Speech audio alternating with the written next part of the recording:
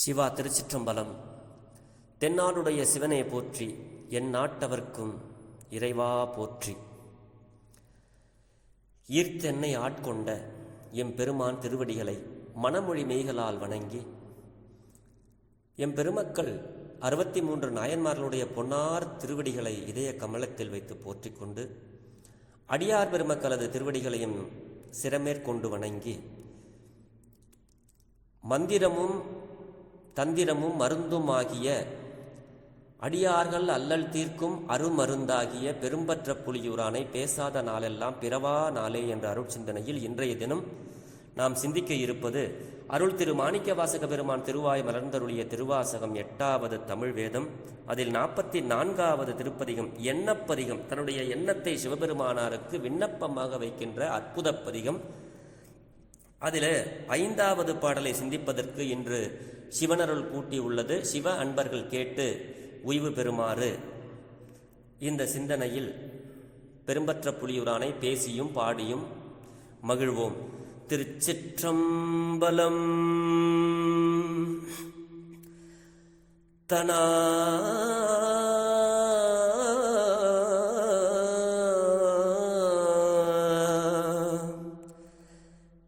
காணுமது ஒழிந்தேன் நின் திருப்பாதம் கண்டு கண்களி கூற,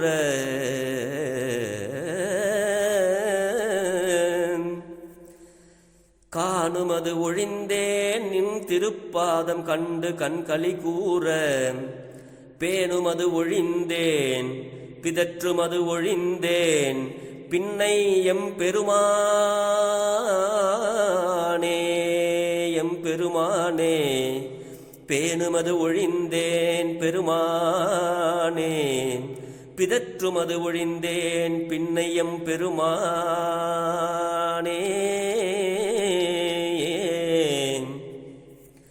தானுவே அழிந்தேன் தானுவே அழிந்தேன் நின் நினைந்து உருகும் தன்மை என் புன்மைகளால்,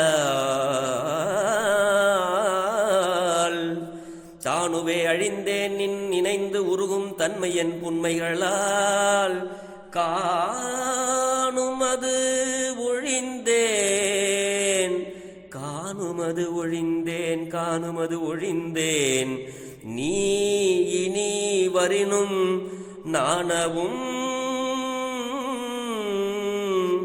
நீ இனி வரினும் காணவும் நானுவனேயே, நீ இனி வரினும் காணவும் நானுவனே. ஆ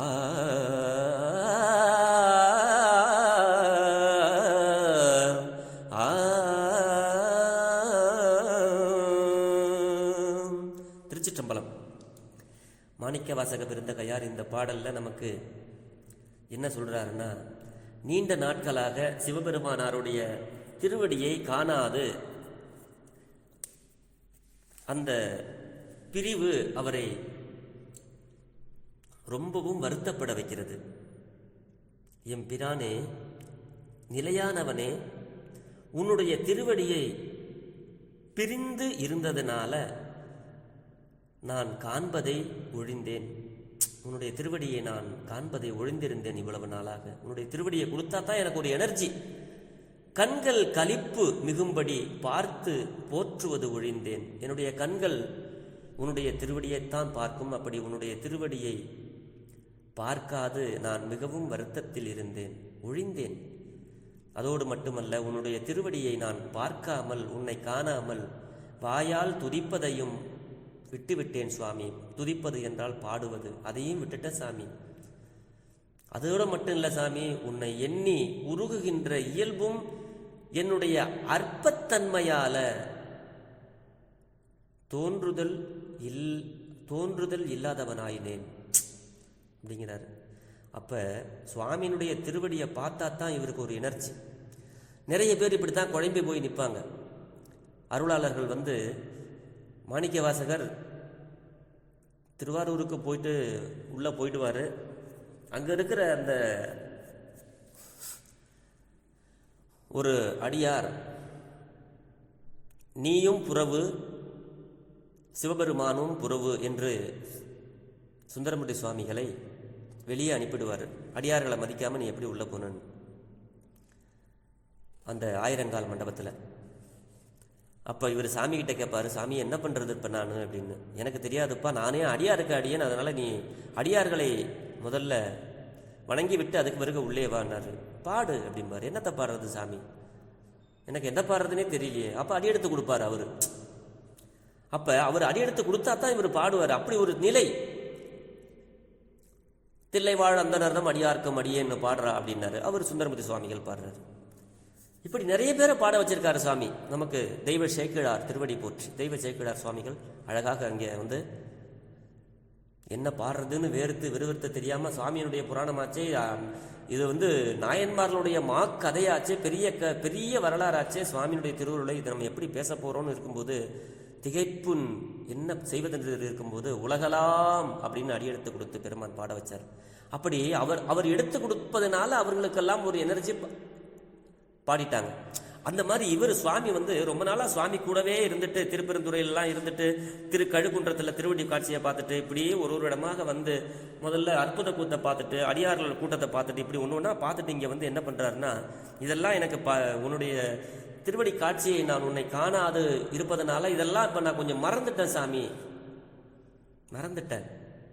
ஆனால் ஒரு வேளை இப்போ நீ என் முன்னாடி வந்தீன்னு வச்சுக்கேன் சுவாமி, நீ இப்போ எனக்கு முன்னாடி வந்து தோன்றுனா உன்னை பார்க்கறதுக்கு நான் வெட்கப்படுவேன். ஏன்னா என்னுடைய தன்மையில் இருந்து நான் சிறிது கொஞ்சம் விலகி விட்டேன். காரணம் உன்னுடைய திருவடி எனக்கு காட்சி தராமையினாலே. ஆனால் என்னை விட்டுவிடக்கூடாது சாமி, உன்னுடைய திருவடியில் என்னை சேர்த்துக் கொள்வாயாக என்று பெருமான் இங்கே தன்னுடைய எண்ணத்தை விண்ணப்பமாக பதிவு செய்கிறார் இந்த பாடலில்.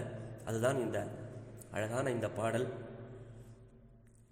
நாம் எல்லாம் ஓய்வு பெறும் பொருட்டு மாணிக்கவாசக பெருமான் நமக்கு அருளுகிறார்.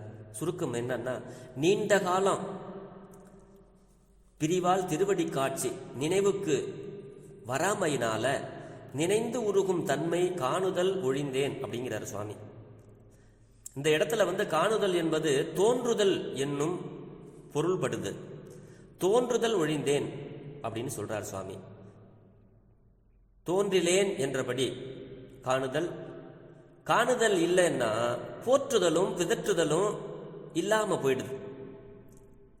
அதனால இனி இதற்கு காரணம் தமது இயல்பு என்பார் மாணிக்க வாசகர். வந்து உன்னை காணாததுனால நான் உன்னை வழிபாடு செய்யலை, உன்னை நான் பாடலை, எனக்கு எல்லாமே மறந்து போன மாதிரி இருக்குதே சுவாமி அப்படின்னு சொல்றார். இதற்கு காரணம் தமது இயல்பு என்பார். என்னுடைய அறியாமை தான், என்னுடைய இயல்பான குணம்தான் அது. என்ன காரணம்னா என்னுடைய புண்மைகளால் என்றார். ஆனால் இனி நீ நேரில் வந்தால் கண்டால் உருக்கம் வருதல் கூடும். இப்போ நீ வந்துட்டேன்னு வச்சுக்க, பார்க்காம இருந்து ஒருத்தவங்களை பார்த்தா திடீர்னு ரொம்ப மகிழ்ச்சி ஆகும். அந்த மாதிரி நீ வந்துட்டேன்னா எனக்கு மகிழ்ச்சி கூடும். அப்பொழுது முன்னை நிலைமையினால எனக்கு வெல்குதல் உண்டாகும். நான் இவ்வளவு நாளா உன்னை பாடாம துதியாம இருந்துட்டேன் இல்லையா, அதனால எனக்கு வந்து வெக்கம் வரும் என்பார். நீ இனி வரின் காணவும் நாணுவேன் என்றார் சுவாமி. இந்நிலைகளை நீக்கி, இப்படி ஒரு நிலைகளை எல்லாம் நீக்கி என்னுடைய வந்து உன்னுடைய திருவடிகளை சேர்த்துக் கொள்ள வேண்டும் என்று தில்லையிலே மாணிக்க வாசக பெருமான் தில்லை கூத்தனிடம் எண்ணியபடி விண்ணப்பத்தை வைக்கிறார். இதனால இறைவன் வந்து திருவடியை இடைவிடாது நாம் எல்லாம் நினைந்து உருக வேண்டும் என்பது இந்த பாடலினுடைய பொருளாக இங்கே மாணிக்க வாசக பெருமான் அருளுகிறார். அன்பர் பெருமக்களே, தினம் ஒரு திருவாசகத்தை பாட முடியவில்லை என்றாலும் நாம் செவிகால் கேண்மின்களோ சிவன் எம்பிதை செம்பவள